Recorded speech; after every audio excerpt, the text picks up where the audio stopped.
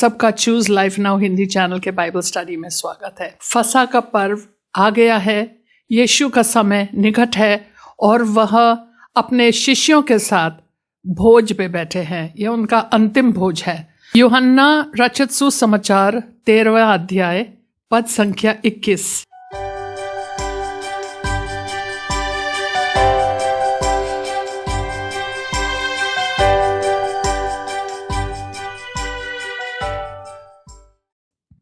ये बातें कहकर यीशु आत्मा में व्याकुल हुआ और यह गवाही दी, मैं तुमसे सच सच कहता हूं कि तुम में से एक मुझे पकड़वाएगा। यीशु व्याकुल हुए। अब वह दिन आ गया है जिस दिन यीशु मारे जाएंगे। वह दिन आ चुका है। यहूदी का जो दिन होता है वह सूर्यास्त पे शुरू होता है। हम लोग का दिन 12 बजे रात को शुरू होता है, नया दिन शुरू हो जाता है। लेकिन यहूदियों में उन लोग का नया दिन 6 बजे शाम को सूर्यास्त पे शुरू हो जाता है। वह नया दिन माना जाता है। तो वह मतलब तैयारी का दिन जो फ्राइडे था, जो विश्राम के दिन से पहले, जो फ्राइडे के दिन को जिस दिन यीशु मसीह मारे गए थे, वह दिन आ गया है। शाम का समय है और यीशु मसीह व्याकुल है। वो दिन आ गया है।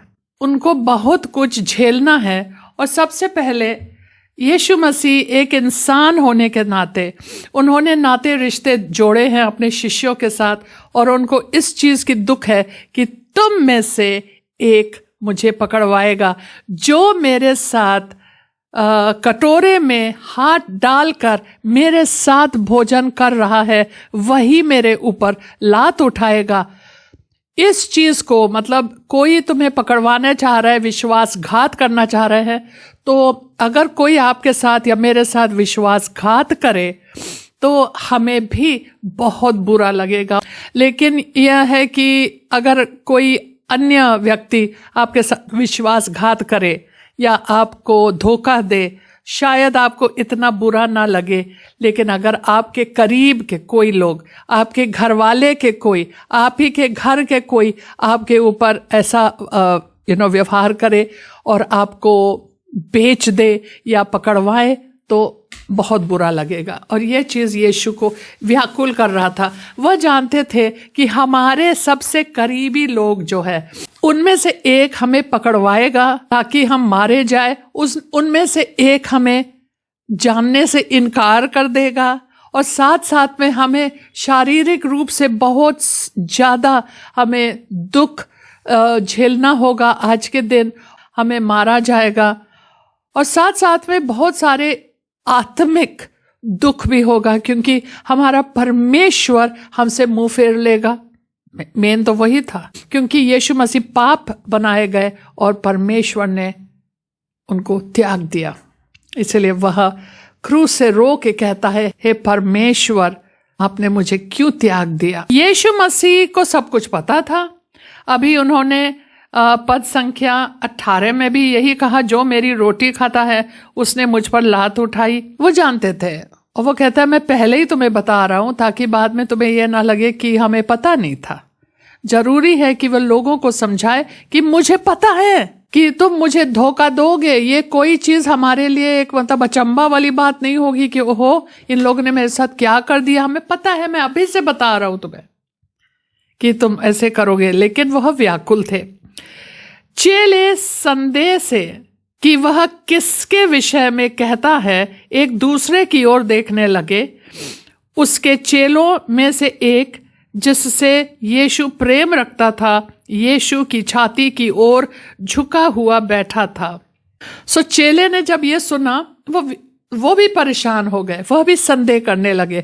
लेकिन अगर आप मेरे साथ मत्ती में चलते हैं, मत्ती में बड़े अच्छे तरीके से यही बात का वर्णन किया जाता है। यीशु ने उन लोग को प्रभु भोज पे यही चीज बताई। पद संख्या 21, मत्ती के 26 पद संख्या 21, जब वे खा रहे थे तो उसने कहा, मैं तुमसे सच कहता हूं कि तुम में से एक मुझे पकड़वाएगा। वहां पे इस पर वे बहुत उदास हुए और हर एक उससे पूछने लगा, हे गुरु, क्या वह मैं हूं? वो यह प्रश्न पूछने लगे कि हे गुरु, ये मैं तो नहीं हूं, मैं तो नहीं। मतलब तुम्हें पता है ना, तुम्हें पता है कि आप यीशु को पकड़वाने तो नहीं जा रहे, तो क्यों पूछ रहे हो कि क्या वो मैं तो नहीं हूं? लेकिन ये बहुत अच्छी बात है कि उन लोगों ने एक दूसरे पे संदेह नहीं की, यार ये तो नहीं है, वो तो नहीं है। उन लोगों ने साफ पूछा मैं तो नहीं हूं। बहुत अच्छी बात है, क्योंकि कभी कभी हम लोग वचन सुनते हैं, पास्टर बोलते हैं, मेरे साथ भी, जैसे कभी कभी कोई प्रचार कर रहा है, मुझे लगता है ये मेरे लिए तो नहीं कह रहा है, ये मैं तो नहीं हूँ, ये मेरे वजह से तो नहीं ऐसे बोल रहे हैं। तो अपने आप को परखने लगते हैं, अपने आप को जांचने लगते हैं, मैं तो नहीं हूँ। तो उन लोग ने भी पूछा, हे प्रभु मैं तो नहीं हूँ। वो लोग कह सकते थे, हे प्रभु ये यहूदा इस्करियोती तो नहीं है, लेकिन उन लोग ने ऐसे नहीं कहा। उन लोग ने कहा मैं तो नहीं हूँ। उन लोग अपने को परख रहे थे, अपने को जांच रहे थे, मैं तो नहीं हूँ। तो ये बहुत हमें अच्छा लगा। और उसने उत्तर दिया, जिसने मेरे साथ थाली में हाथ डाला है वही मुझे पकड़वाएगा। ये यूहन्ना के ये मत्ती के अनुसार है, लेकिन उन्होंने कहा जो थाली में मेरे साथ हाथ डालता है, इसका मतलब केवल ये होता है कि मेरे मतलब एक मित्र है, हमारे साथ भोजन कर रहा है। और जब कोई आपके साथ भोजन कर रहा है तो आप ये नहीं सोचते हैं कि वह हमें धोखा देने जा रहा है। फिर पद संख्या 23 में भी एक बहुत अच्छी बात लिखी है, कहता है उसके चेलों में से एक जिससे यीशु प्रेम रखता था। ये कौन है? यूहन्ना खुद अपने बारे में बोल रहा है। एक शिष्य जिससे यीशु मसीह बहुत प्रेम रखता था, वह उन्हीं के पास यीशु की छाती की ओर झुका हुआ बैठा था। पता है लोग मेज पे नहीं बैठते थे, जैसे हम लोग भोजन करने बैठते हैं तो मेज पे बैठते हैं, ऐसे ऊपर ऐसे मतलब सीधा बैठते हैं, ऐसे नहीं। ये लोग जैसे दरियों पे बैठते थे, गद्दे पे बैठते थे और जमीन पे बैठते थे। और जब उन लोग बैठते थे, उन लोग इस प्रकार से टेक लेके बैठते थे, इस प्रकार से बाएं हाथ पे, ताकि दाएं हाथ से वो लोग थाली में, सब लोग एक ही थाली में झूठे तरीके से, जैसे झूठा खाना को झूठा करके उन लोग खाते थे, उसको उसी में से खाते थे। तो उन लोग बाएं तरफ ऐसे झुके थे। तो यीशु मसीह के छाती की ओर मतलब झुका हुआ था। वह सबसे नजदीक थे, यीशु के दाहिने हाथ पे। शमौन पतरस ने उसकी ओर संकेत करके उससे पूछा। शमौन पतरस हो सकता है दूसरे तरफ बैठा हुआ था, उसने संकेत किया दूर से। शमौन पतरस ने उसकी ओर संकेत करके मीन्स उनको पूछो, बता तो वह किसके विषय में कहता है। मतलब कि वह यूहन्ना से कह रहा है कि पूछो कौन है ये, किसके लिए बोल रहा है कि वह हमें पकड़वाएगा, पूछो। तब उसने उसी तरह यीशु की छाती की ओर झुके हुए उसने पूछा, हे प्रभु वह कौन है? तो वो जब झुके हुए थे, यीशु के पास झुके, तो उन्होंने कहा, हे प्रभु कौन है ये? ऐसे उन्होंने यीशु से पूछा कि कौन है, कौन आपको पकड़वाएगा? तो यीशु ने उनको यह चिन्ह दी। यीशु ने उत्तर दिया, जिसे मैं यह रोटी की टुकड़ा डुबा कर दूंगा वही है। जो मेन होस्ट था, इन्होंने सबको बुलाया था इस पर्व मनाने के लिए। यीशु मसीह ने सारे मतलब तैयारी उन्हीं के तरफ से थी। तो उन्होंने कहा कि जिसको मैं ये रोटी डुबा कर दूंगा वही है। तो और उसने टुकड़ा मतलब रोटी के टुकड़ा को तोड़ करके डुबा कर शमौन इस्करियोती के पुत्र यहूदा को दिया। इसका मतलब कि यहूदा इस्करियोती यीशु मसीह के बाएं ओर बैठे थे, जो कि एक बड़ा उनको सम्मानित किया जा रहा था, क्योंकि वह मेन जो होस्ट है, जो उन लोग को बुलाया, जिसने उनको बुलावा दिया, उनके बाएं ओर बैठा है। और जो उसको रोटी तोड़ के दिया, सबसे पहला टुकड़ा उन्हीं को दिया गया।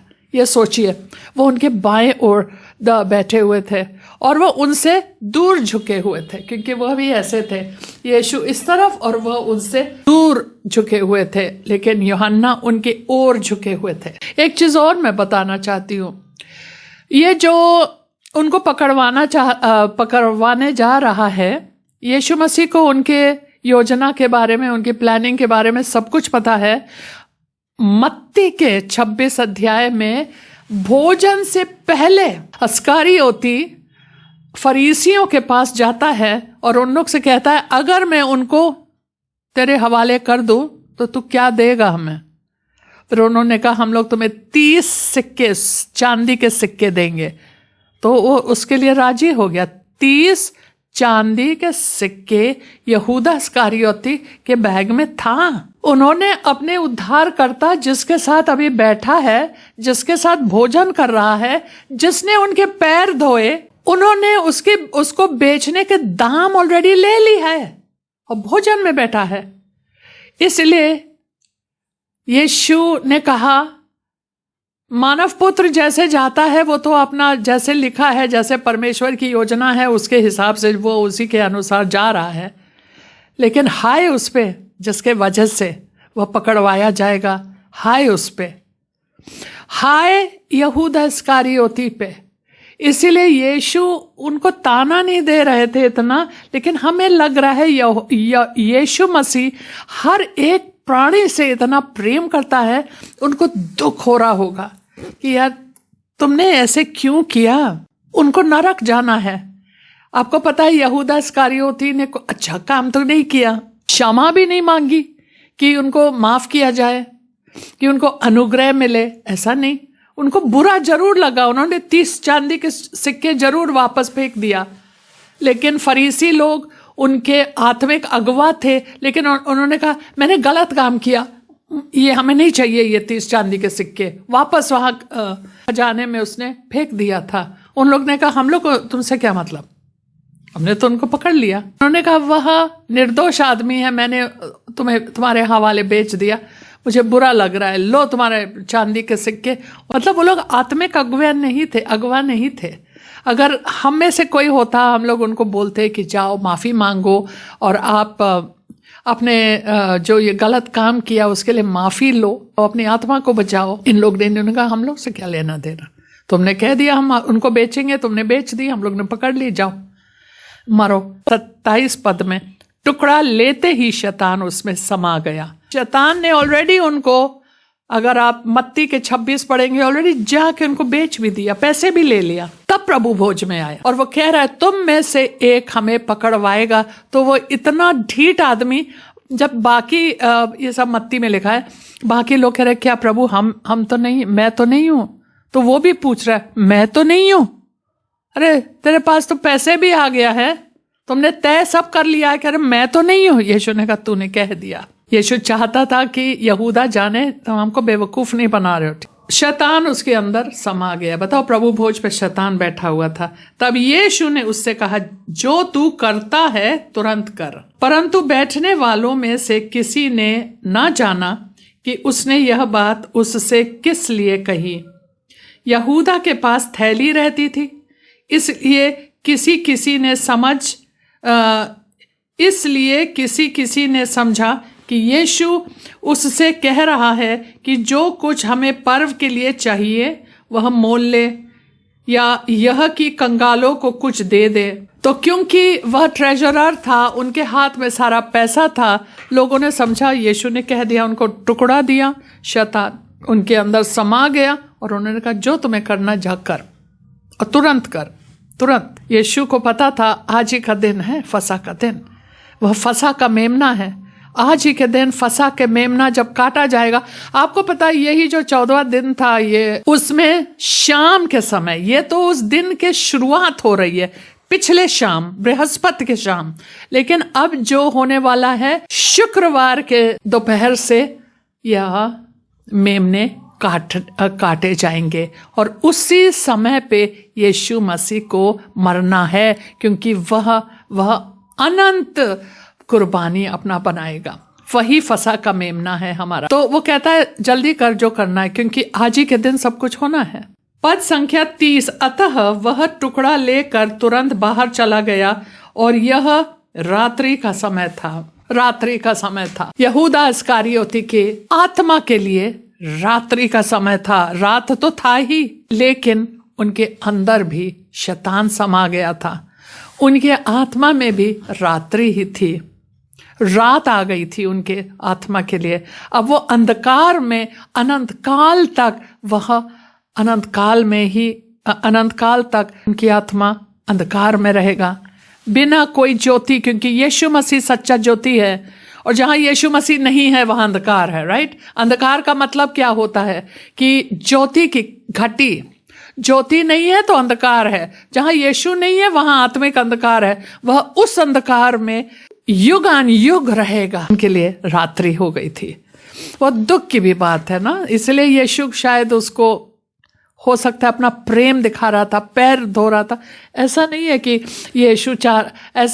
यीशु चाहते हैं कि यार तो हमको ना पकड़वाओ, हमको बचा दे, ऐसा नहीं कह रहा है। उसको पकड़वाना ही है। यीशु ने हम लोग पढ़ते हैं यूहन्ना के 6 अध्याय और आई थिंक आखिरी पद में कहीं कहता है कि आखिरी पद है शायद, उन्होंने सारे पतरस और बाकी शिष्यों से कहा, क्या मैंने तुम 12 को नहीं चुना, लेकिन तुम में से एक शैतान है। उसी समय उन्होंने बता दिया। पद संख्या 31, जब वह बाहर चला गया तो यीशु ने कहा, अब मनुष्य के पुत्र की महिमा हुई है और परमेश्वर की महिमा उसमें हुई है। यदि उसमें परमेश्वर की महिमा हुई है तो परमेश्वर भी अपने में उसकी महिमा करेगा और तुरंत करेगा। जब वह बाहर चला गया, जब यहूदा बाहर चला गया, अब केवल वो 11 चेलों के साथ है। उनके जो वफादार चेले हैं उनके साथ है, और उन लोग से बातचीत करते हुए अब उनको उन लोग के साथ समय। अभी तक वह एक तरीके से सार्वजनिक, पब्लिक लोगों के, सब लोगों के सामने अपना सेवकाई कर रहा था। फिर 12 चेलों के साथ सेवकाई कर रहा था, और अब 11 रह गई हैं। अब ये उनके सबसे करीब, सबसे विश्वास योग्य चेले थे, और उन लोग को अब तैयार करना है। उन लोग शौक में पड़ जाएंगे, इसलिए उन लोग शॉक्ड हो जाएंगे, बिल्कुल चकित हो रह जाएंगे। तो इसलिए उन लोग ने उनसे कहा, अब मनुष्य के पुत्र की महिमा हुई है। महिमा हुई है, हे प्रभु, अब आप गिरफ्तार होने वाले हैं। लोग आपको ठट्टे में उड़ाएंगे। ये फरीसी लोग चिल्ला चिल्ला के, आपको तो सब कुछ पता है, आपको पता है क्या होने वाला है। तो आपको पता है कि फरीसी लोग चिल्ला चिल्ला के और पूरे जनता को कहेंगे, चिल्लाओ, बोलो, क्रूसित करो इसको, मारो मारो। और सब लोग ऐसे बोलेंगे, और फिर पिलातुस उनको कोड़े खाएंगे। बहुत मतलब उनका बुरा हाल होगा। फिर लास्ट में क्रूसित होगा।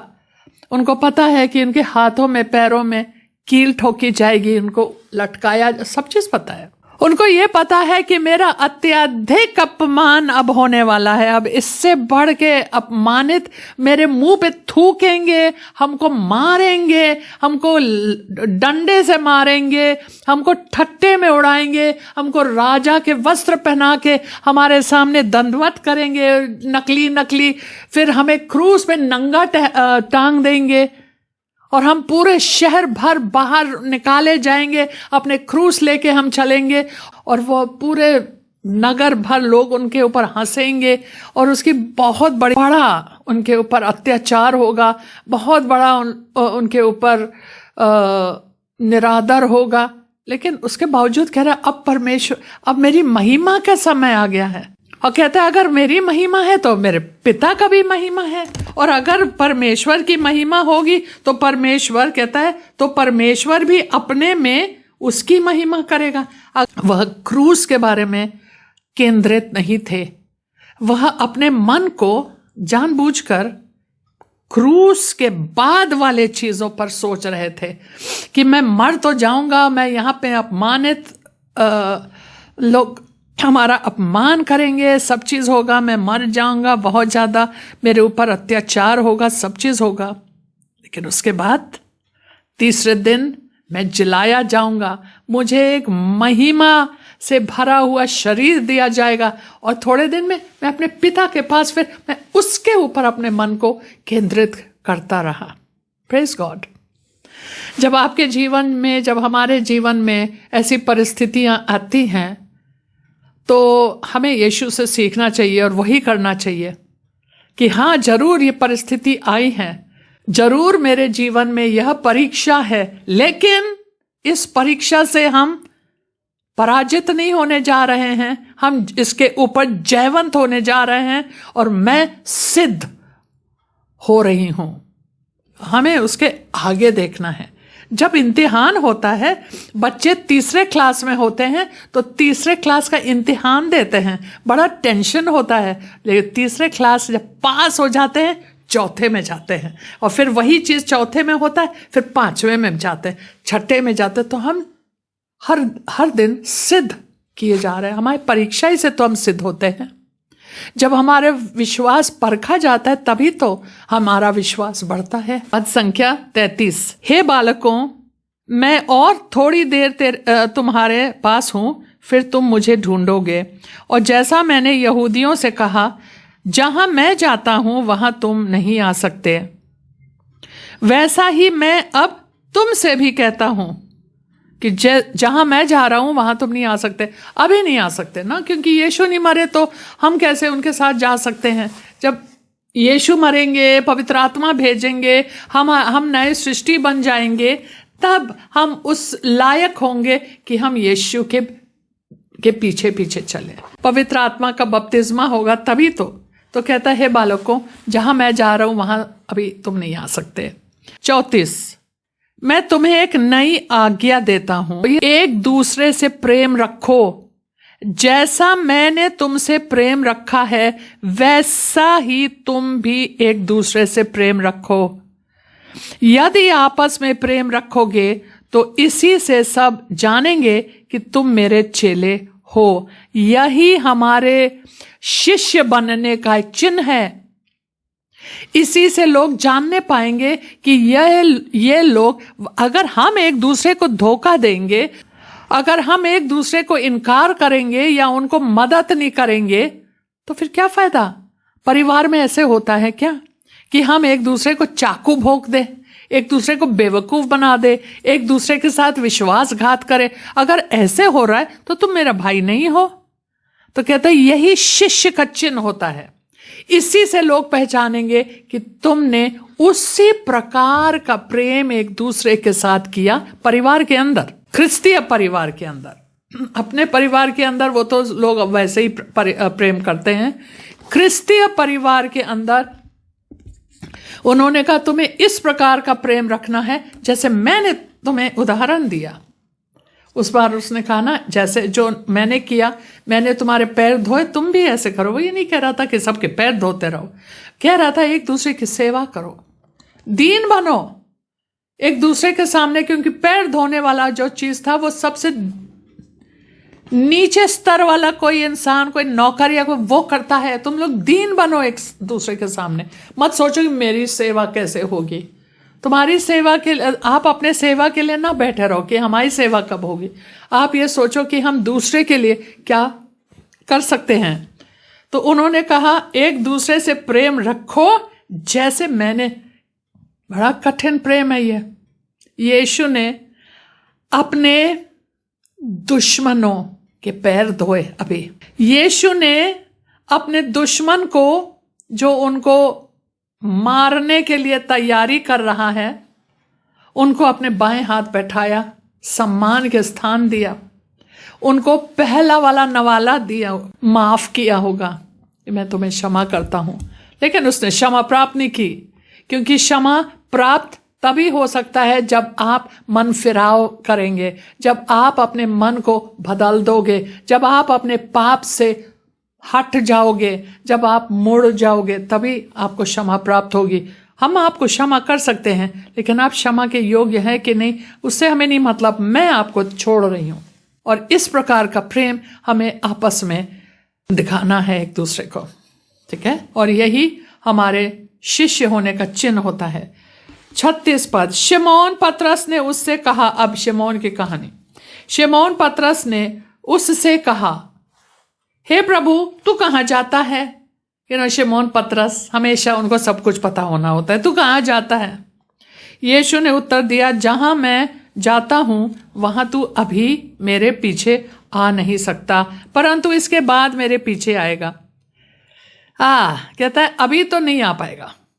अभी ये बात है ना, उसने कहा जहां मैं जाता हूं वहां तो अभी नहीं आ सकता, लेकिन बाद में तुम भी आओगे। इसका मतलब यह है, इसका यीशु के कहने से यह पता चलता है कि शिमोन पतरस भी क्रूसित किया जाएगा, वही उसी प्रकार का मौत वह भी मरेगा, वो भी क्रूस पे लटकाया गया।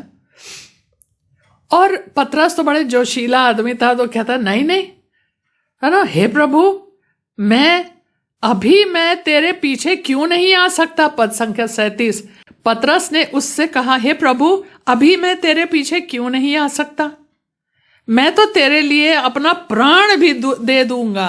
कहता है, देखिए यीशु ने मत्ती, जब वो गतसमनी के बाग में थे, वो जैतून के बाग में थे, प्रार्थना कर रहे थे, तब उन्होंने पतरस, यूहन्ना, याकूब, जो उनके मेन मुख्य जो शिष्य थे, उनसे क्या कहा? उन्होंने कहा, सुनो, जागते रहो और प्रार्थना करते रहो, क्योंकि आत्मा तो तैयार रहता है लेकिन जो शरीर है वह दुर्बल है, इसलिए प्रार्थना करो।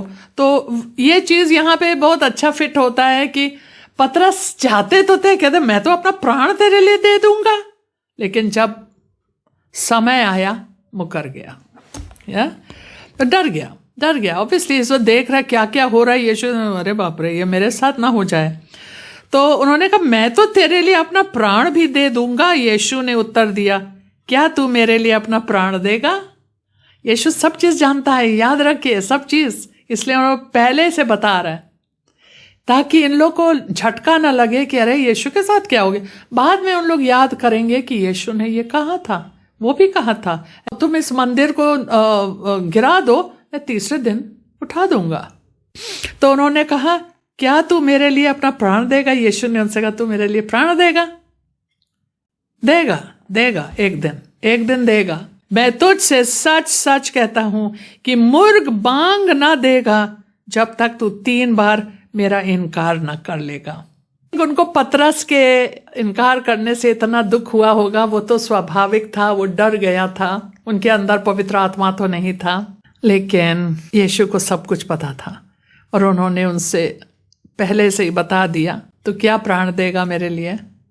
आज के दिन मुर्गा बांग नहीं देगा और तुम 3 बार हमको इनकार कर चुके होंगे। आइए प्रार्थना करते हैं। हालेलुया। परमेश्वर, इस वचन के लिए हम धन्यवाद देते हैं। चाहते हैं कि जो भाई बहन इसको सुन रहे हैं और मैं भी, और प्रभु हम यीशु के तरफ झुके रहें, उनसे दूर ना हट जाएं, लेकिन हर वक्त हम उन्हीं की तरफ झुके रहें, क्योंकि वही मेरा सब कुछ है, वही मेरा उद्धार करता है, वही हमें बचाता है, वही हमें इतना प्रेम करता है हमसे कि उन्होंने अपनी प्राण दे दी। सब कुछ तो यीशु ने ही हमें दिया है। हमारी भक्ति हर दिन हर वक्त बढ़ता ही जाए और कभी ना हमें इतना मजबूत करे प्रभु, हमारे प्रार्थना में ऐसे बने रहे जैसे यीशु ने कहा, जागते रहो और प्रार्थना करते रहो, क्योंकि